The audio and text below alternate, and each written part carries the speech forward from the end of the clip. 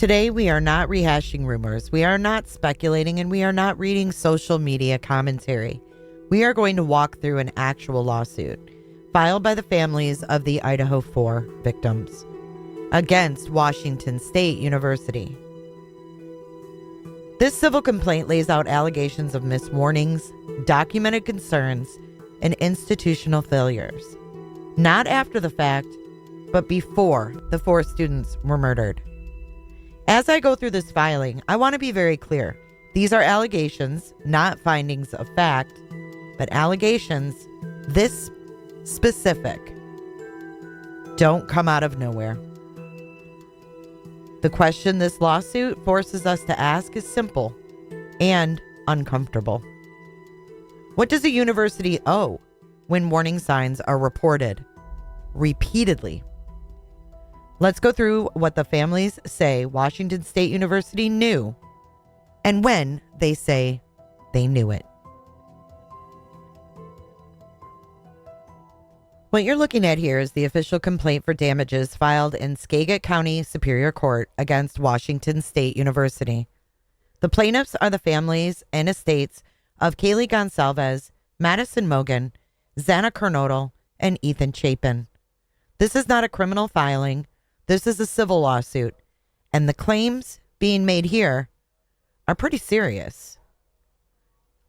This lawsuit is alleging institutional negligence. Not that WSU committed the crime, but that failures inside the university system contributed to conditions that allowed it to happen. In this section, the families allege that Washington State University brought Brian Kohberger to Pullman, Washington, to serve as a TA in the Criminal Justice and Criminology Department while he pursued a PhD. According to the complaint, WSU paid him a salary, provided on-campus housing, medical benefits, and free tuition. All benefits that were conditional on his behavior and subject to be revoked. That conditional language is important because the lawsuit argues that WSU had the authority to act and did not. The complaint then emphasizes geography. Pullman, Washington is only a few miles from Moscow, Idaho, where the 4 students were murdered. The families argue this proximity matters because it speaks to foreseeability, not a random or distant risk, but one within the same regional student environment. In civil law, foreseeability is key, and this lawsuit leans heavily into that concept. This section is one of the most disturbing parts of the filing.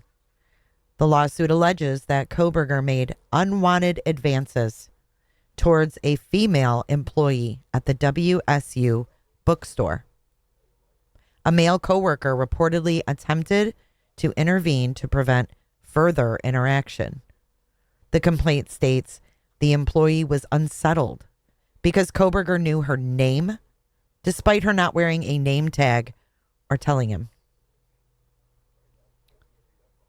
It further alleges that he appeared to know her work schedule and made comments about it. According to the complaint, one evening the employee was home alone and changing when someone knocked on her window, causing her to call her husband home from work.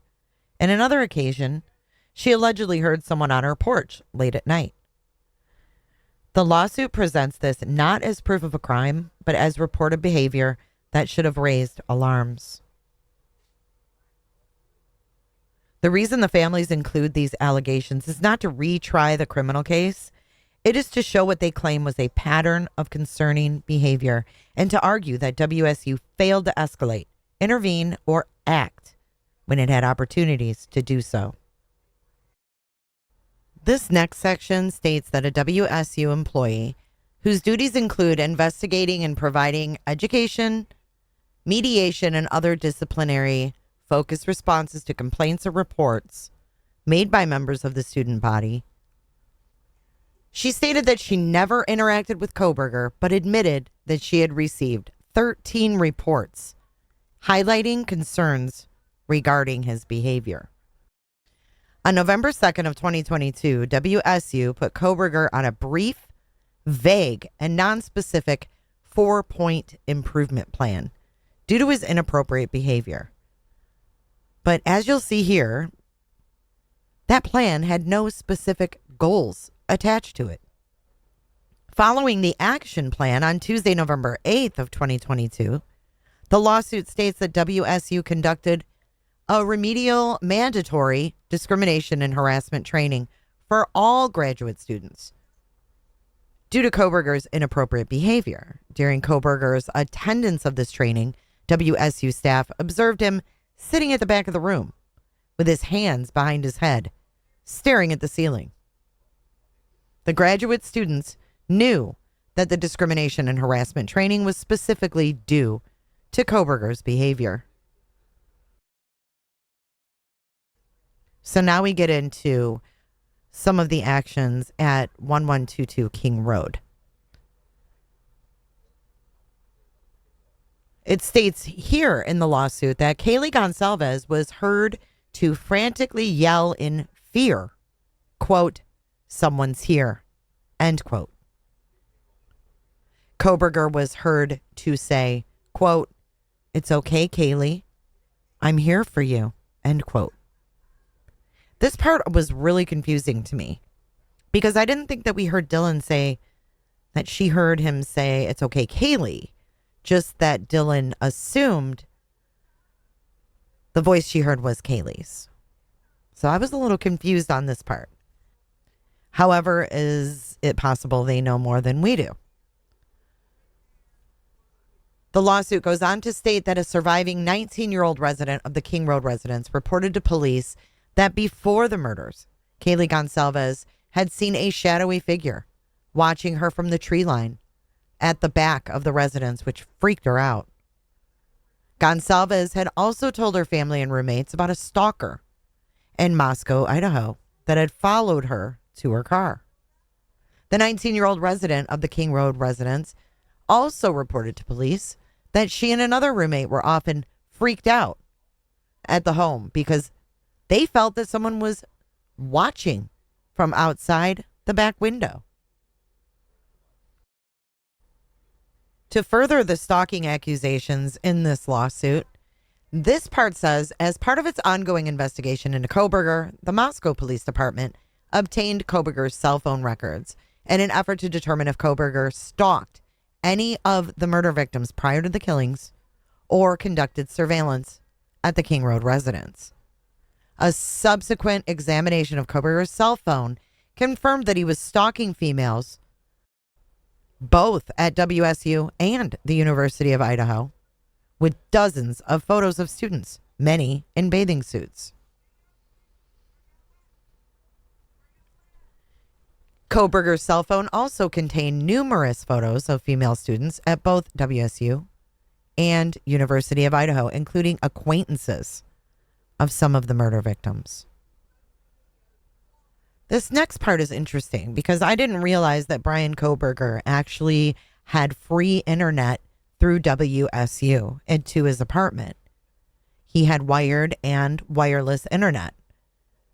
And this part states that WSU would have possessed details regarding Koberger's use of the WSU ResNet internet network in the form of logs and other user data on its own servers that would have been unaffected by Koberger's attempt to conceal and delete his browser history. There is no indication, however, that forensic examiners were given access to WSU's data, which, upon information and belief, likely still exists unless WSU has deleted it. This is super interesting.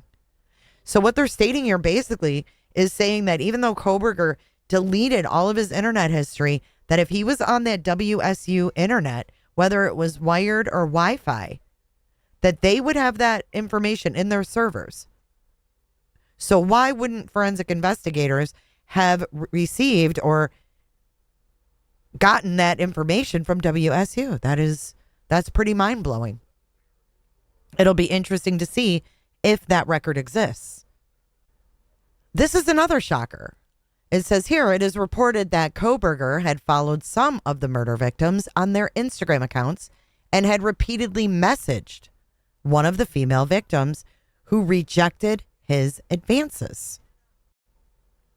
And then going back to the WSU internet, we have here at number 416 in the lawsuit, the numerous red flags in Koberger's behavior should have led WSU to monitor his online behavior, and had WSU done so, it would more likely than not have discovered that he was using the WSU ResNet internet network for inappropriate purposes. As we saw earlier in the lawsuit, the mention of the type of pornography that Brian Koberger would search. Drunk, unconscious, etc.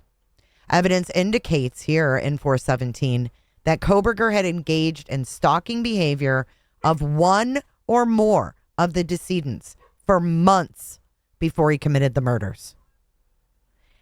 And then it says, after the murders, a forensic exam of Koberger's computers revealed that during his time at WSU, that he had performed many deeply troubling internet searches about serial killers, home invasions, co-ed killings, and pornography depicting non-consensual sex. It was a violation of WSU policies and the apartment agreement for Koberger to possess the murder weapon in his on-campus apartment, and WSU had the ability and right to inspect his apartment and remove Koberger for such a violation.